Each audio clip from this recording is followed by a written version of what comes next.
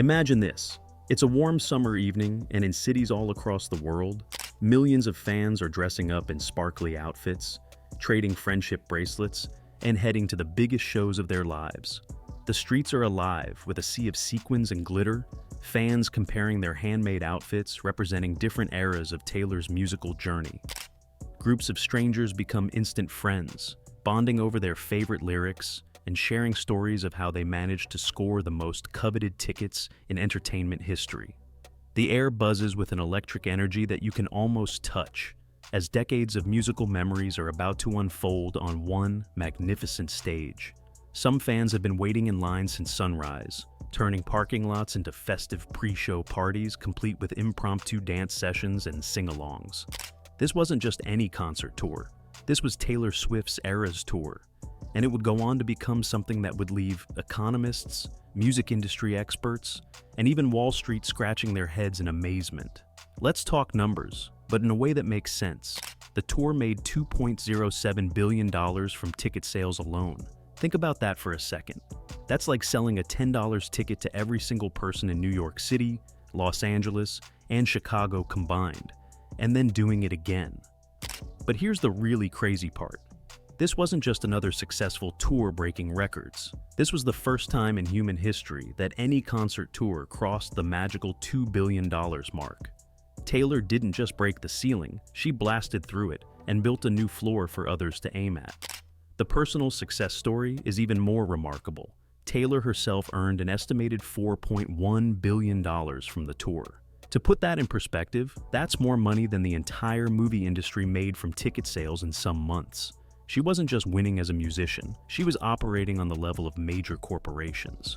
Imagine one person generating the kind of revenue that entire industries struggle to match. That's what Taylor achieved. But here's where the story gets even more interesting. The Taylor Swift effect on local economies was like nothing we'd seen before. Picture this. Every time Taylor announced a show in a city, it was like declaring a local holiday for businesses.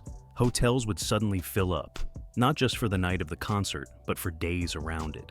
Local restaurants created special Swift menus with themed dishes named after her songs. Boutiques would stock up on sparkly clothing and friendship bracelet materials. Even rideshare drivers would see their earnings spike dramatically on concert days. The numbers tell an incredible story. Nearly $5 billion in consumer spending in the United States alone. That's not just concert tickets. That's hotel rooms, restaurant meals, shopping sprees, and transportation. Some cities reported that having Taylor Swift in town for just a few days had the same economic impact as hosting a major sporting event, like the Super Bowl. The tour became such a phenomenon that it started affecting things you wouldn't expect. Airlines added extra flights to cities where she was performing. Small businesses that made Taylor Swift-themed merchandise saw their sales explode. Some fans even reported taking second jobs just to afford the full Eras Tour experience. Tickets, outfits, travel, and merchandise included. The impact went beyond just money too. Cities competing to host shows would light up their landmarks in Taylor's favorite colors. Mayors would make official proclamations declaring Taylor Swift Day. Local news stations would lead their broadcasts with Eras Tour coverage as if it were a major political event. The tour literally changed the way cities operated when Taylor came to town. And let's talk about those 149 shows. Each one was like a small economy unto itself. With over 10 million fans attending in total, each show averaged around 72,000 people. That's like filling up the biggest NFL stadiums to the brim, and then having people still begging for tickets. The demand was so high that it literally crashed Ticketmaster systems, leading to congressional hearings about ticket sales practices. The merchandise sales alone were staggering. Fans wouldn't just buy one t-shirt, they'd buy entire collections. Special edition posters would sell out in minutes. The friendship bracelet trading phenomenon became so big that craft stores across the country reported shortages of beads and string. What makes this even more remarkable is that this all happened in a post-pandemic world, when many experts were predicting the death of large-scale live entertainment.